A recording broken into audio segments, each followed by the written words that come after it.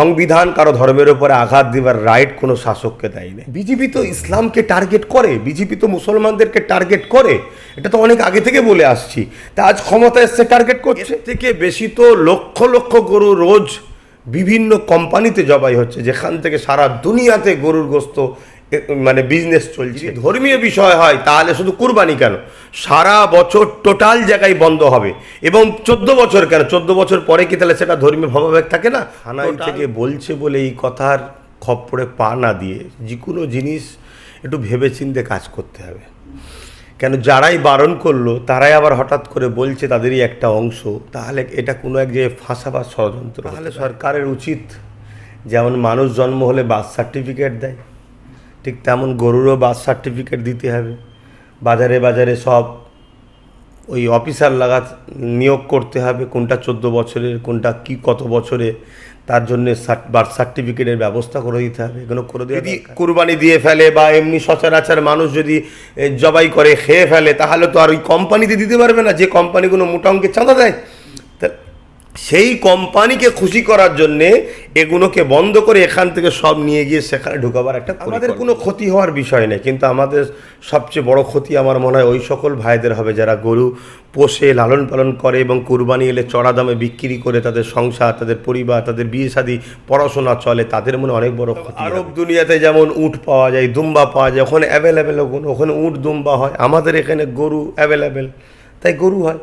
কিন্তু অন্য কোনো যে হালাল পশু দিলে যে কুরবানি হবে না এমন তো নয়। মুসলিম এমএলএ জিতেছে, কিন্তু মুসলিম দেখলে হবে না, মুসলিম এমএলএটার গলায় কার বেল্ট আছে দেখতে হবে। বেল্টটা আছে বিজেপিরই বোন মমতার বেল্ট লাগানো আছে। ও তুমি যতই ক্ষমতায় থেকে টার্গেট নাও, আমরা সংবিধানের আওতায় এনে সংবিধানের রাস্তায় তোমাদেরকে উপযুক্ত যে জবাব দিবার দেওয়া হবে। কয়েকদিন পর মুসলমানদের কুরবানির ঈদ, সরকারের পক্ষ থেকে ঘোষণা যে 14 বছরের নিচে কোনো গরু কুরবানি করা যাবে না, ধরা পড়লে জেল জরিমানা হবে, কি বলবেন?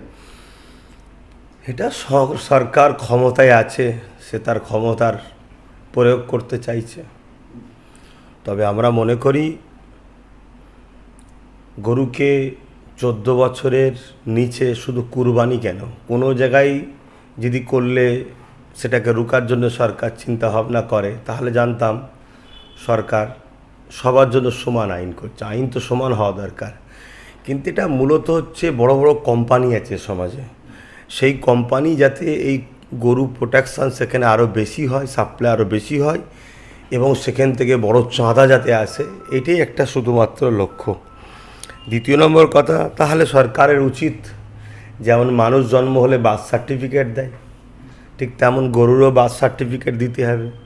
বাজারে বাজারে সব ওই অফিসার নিয়োগ করতে হবে, কোনটা 14 বছরের, কোনটা কি কত বছরে, তার জন্য বার্থ সার্টিফিকেটের ব্যবস্থা করে দিতে হবে। এগুলো করে দেওয়া দরকার।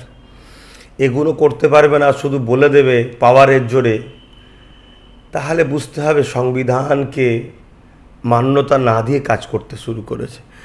তাহলে তার জুলুমের বিরুদ্ধে, যেমন বিগত সময় কোনো সরকার জুলুম করেছে তার বিরুদ্ধে আন্দোলন হয়ে মানুষ সরকারকে ফেলে দিয়েছে, এই সরকারেরও জুলুমের বিরুদ্ধে মানুষ সোচ্চার হবে। তাহলে এবারে কি গরু কুরবানি হবে না? যার পছন্দ সে দেবে। অনেকেই তো বলছে যে গরু কুরবানি, তবে অনেক জায়গায় বলছে যে গরু কুরবানি করতে বলছে থানায় থেকে। আমি মনে করি এই থানায় থেকে বলছে বলে এই কথার খপ্পরে পা না দিয়ে যে কোনো জিনিস একটু ভেবেচিন্তে কাজ করতে হবে। কেন যারাই বারণ করলো তারাই আবার হঠাৎ করে বলছে তাদেরই একটা অংশ, তাহলে এটা কোনো এক জায়গায় ফাঁসাবার ষড়যন্ত্র হতে পারে।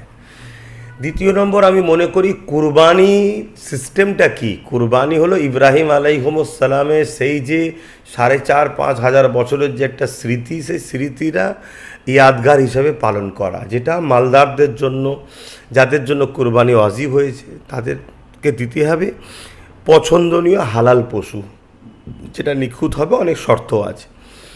তবে আরব দুনিয়াতে যেমন উট পাওয়া যায়, দুম্বা পাওয়া যায়, ওখানে অ্যাভেলেবেল, ওখানে উট দুম্বা হয়, আমাদের এখানে গরু অ্যাভেলেবেল, তাই গরু হয়।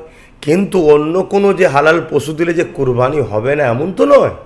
তাহলে আমার মনে হয় গরুকে আমরা যতটা না বেশি লালন পালন করি তার থেকে বেশি অমুসলিম ভাইরা করে, এবং এই গরুর ওপরে তাদের একটা বিরাট বড় রুজি রুটি জড়িয়ে আছে। হয়তো দেখা যাচ্ছে অনেক মানুষের দিন ঠিক হয়ে থাকে, এই কুরবানির পরেই দেখা যাচ্ছে 2 লাখ টাকার গরু নিয়েছে লোন নিয়ে, সেটা হয়তো 10 লাখ টাকায় বিক্রি হবে।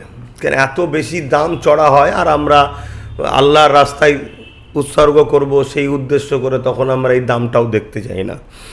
তো সেই জায়গায় আমরা যদি যারা এখনও কেনে নে, তারা যদি একটাবার মনে হয় এটা থেকে পিছনে নেবে যায়, আমাদের কোনো ক্ষতি হওয়ার বিষয় নেই। কিন্তু আমাদের সবচেয়ে বড় ক্ষতি আমার মনে হয় ওই সকল ভাইদের হবে যারা গরু পোষে, লালন পালন করে এবং কুরবানি এলে চড়া দামে বিক্রি করে তাদের সংসার, তাদের পরিবার, তাদের বিয়ে শাদী, পড়াশোনা চলে, তাদের মনে অনেক বড় ক্ষতি হবে। তা তারাই তখন সরকারকে বুঝাবে যে তোমাকে এনে আমাদের লাভটা কি হলো, ক্ষতি তো বেশি হলো। তাই এই বিষয়টা সবার একটু ভাবা দরকার। কুরবানি নিয়ে কোনো 80টা এমএলএর সেইভাবে ভূমিকা দেখা যাচ্ছে না, কিন্তু একমাত্র নওশাদ সিদ্দিকী প্রতিবাদ করছে, মুখ খুলেছে। দেখুন 80টা বলতে টিএমসির তো, জি। তা টিএমসি যা বিজেপি তাই, এরা দুজন তো একই।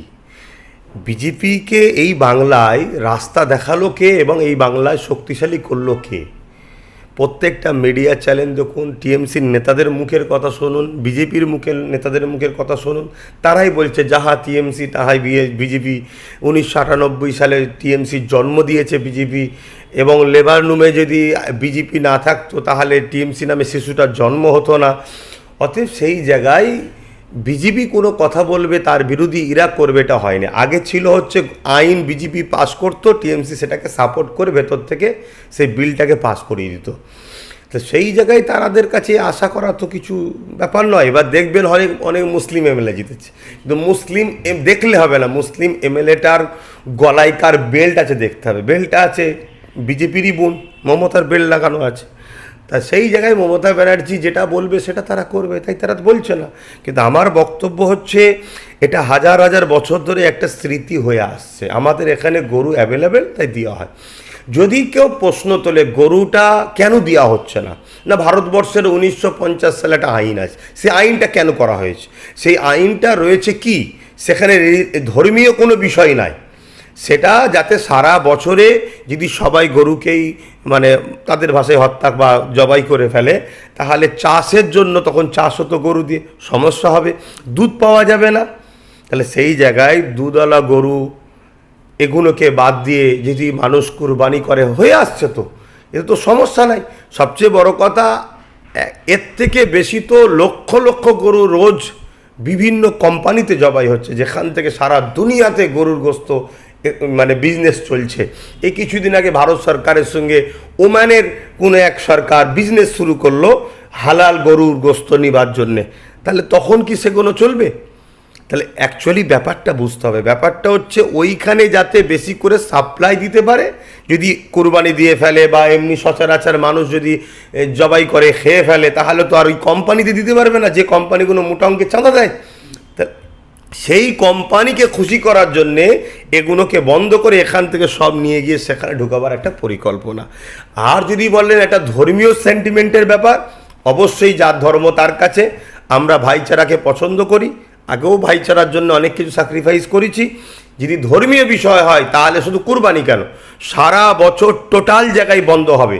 এবং 14 বছর কেন, 14 বছর পরে কি তাহলে সেটা ধর্মীয় ভাবাবেগ থাকে না? টোটাল গরুকে জবাই করা বন্ধ হওয়া দরকার। সরকারি মাদ্রাসায় বন্দে মাতরম পড়ানো বাধ্যতামূলক করেছে রাজ্য সরকার। এটা সংবিধান বিরোধী কাজ করছে। মুসলমানদের আমরা শুনেছি যে মুসলমানদের বন্দে মাতরম বলা যায় না। এটা আমাদের ধর্মীয় ভাবাবেগে ধর্মীয় নিষেধাজ্ঞা, ধর্মের ওপরে আঘাত দেওয়া হচ্ছে। সংবিধান কারো ধর্মের ওপরে আঘাত দেওয়ার রাইট কোনো শাসককে দেয় না। বিভিন্ন জায়গায় মসজিদের মাইক খুলে দেওয়ার কথা বলছে পুলিশ, কি বলবেন? দেখুন, হাইকোর্টের একটা মানে রুলস আছে, একটা আইন আছে যেটা আওয়াজের জন্য। শুধু মসজিদকে যদি টার্গেট করা হয় তাহলে জানতে হবে এটা ক্ষমতার অপব্যয় করছে। বিজেপি তো ইসলামকে টার্গেট করে, বিজেপি তো মুসলমানদেরকে টার্গেট করে, এটা তো অনেক আগে থেকে বলে আসছি। তা আজ ক্ষমতা এসছে টার্গেট করছে। তবে মনে রাখবেন সংবিধান আমাদের সাথে আছে, সংবিধান দেশবাসীর জন্য সমান। ও তুমি যতই ক্ষমতায় থেকে টার্গেট নাও, আমরা সংবিধানের আওতায় এনে সংবিধানের রাস্তায় তোমাদেরকে উপযুক্ত যে জবাব দেওয়া হবে। বিগত দিন দেখে এসেছি যে কলকাতায় রাস্তায় নামাজ হয়, কিন্তু বিজেপি ক্ষমতায় আসার পরে রাস্তায় নামাজ বন্ধ করে দিয়েছে, কিন্তু পুজো রাস্তায় হচ্ছে। অ্যাকচুয়ালি এর একটা বড় ইতিহাস আছে। এটা বাম আমলে ওটা শহীদ মিনারে হতো, পানি হয়ে যাওয়ার জন্য কাদা হওয়াতে রেড রোডে ওটা নিয়ে এসেছিল। রেড রোডেও কিন্তু শুধু নামাজ হতো, সেখানে বিগত সরকার কিন্তু টেনে নিয়ে এলো নামাজের পরে আমার হিন্দু ভাইদের উৎসব। দেশটা সবাই আসতে পারে, কিন্তু ওটা হতো না, বিগত সরকারই টেনে নিয়ে আসলো। এই সরকার এসে কী করলো, আগে শুধু নামাজ হতো, এখন শুধু নামাজটা বন্ধ করে দিয়ে শুধু আমার হিন্দু ভাইদের উৎসবটা রেখেছে। অতএব এই যে দ্বিচারিতা, এই যে মানে কি বলে কমনাল চিন্তা ভাবনা, এই চিন্তা ভাবনা আজকে পুরো দেশ জুড়ে বিজেপি করছে, বাংলা এসেছে সেটা করছে। তবে মনে রাখবেন, নামাজকে নিয়ে যে হুড়োহুড়ি করেছিল সেই হুড়োহুড়ির আজকে রিয়াকশান, এটা বলতে পারি রিয়াকশান, নামাজকে নিয়ে যে রাজনীতি করতো রেড রোডে, তার রিয়াকশান ফল হচ্ছে আজকে। ইমাম ও মুয়াজ্জিনদের ও পুরোহিতদের ভাতা বন্ধ করে দিয়েছে সামনের মাস থেকে। দেখুন, ইমাম মুয়াজ্জিনদের যে ভাতা বন্ধ হয়েছে এটা অনেক আগে থেকেই আমরা বলতাম, ভাতা নয়। কেন, ইমাম মুয়াজ্জিন ভিক্ষা লিবার উপযুক্ত নয়। ইমাম মুয়াজ্জিনদের ঘরে ভাতার পক্ষে আমি নয়, আগেও ছিলাম না, আজও নাই। কিন্তু পুরোহিতদের ব্যাপারটা তেনারা ভালো বলতে পারবে। আমি এতটুকু মনে করি, ইমাম মুয়াজ্জিনদের ভাতা বন্ধ যেমন হয়েছে, সরকারের উচিত হবে ইমাম মুয়াজ্জিন তারাও তো দেশের নাগরিক, রাজ্যের নাগরিক, তাদের জন্য রুজি রুটির জন্য কর্ম শিল্প ব্যবস্থা করা দরকার। আর যদি বলা হয় ওরা মুসলমান এজন্যে বন্ধ করলাম, তাহলে পুরোহিতও তো বন্ধ করেছেন, তা পুরোহিতেরও সেও তো নাগরিক, তার জন্য ভাতা না দিয়ে রুজি রুটির ব্যবস্থা কর্মসংস্থান করা হোক। একটা ইমামের মুয়াজ্জিনের আজান দেওয়া আর নামাজ পড়ানোর পরে অনেক সময় থাকে, সেই সময়টা তাদেরকে যদি বিভিন্ন কর্মসংস্থানে শিক্ষা প্রতিষ্ঠানে কাজে লাগায় সরকার, তাহলে সেটা কাজে লাগবে। আর সরকার যদি মনে করে যে না আমি ক্ষমতার জোরে এসেছি, ওটা বন্ধ করে দিয়ে অন্য কোনো কর্ম দেবো না, তাহলে সংবিধান বিরোধী কাজ হচ্ছে। কেন, সংবিধান বলেছে সরকারকে রুজি রুটি শিক্ষা স্বাস্থ্য কর্মসংস্থান দিতে হবে। অতএব ভাতা ভিক্ষার বিরুদ্ধে আগেও ছিলাম, আজও আছি।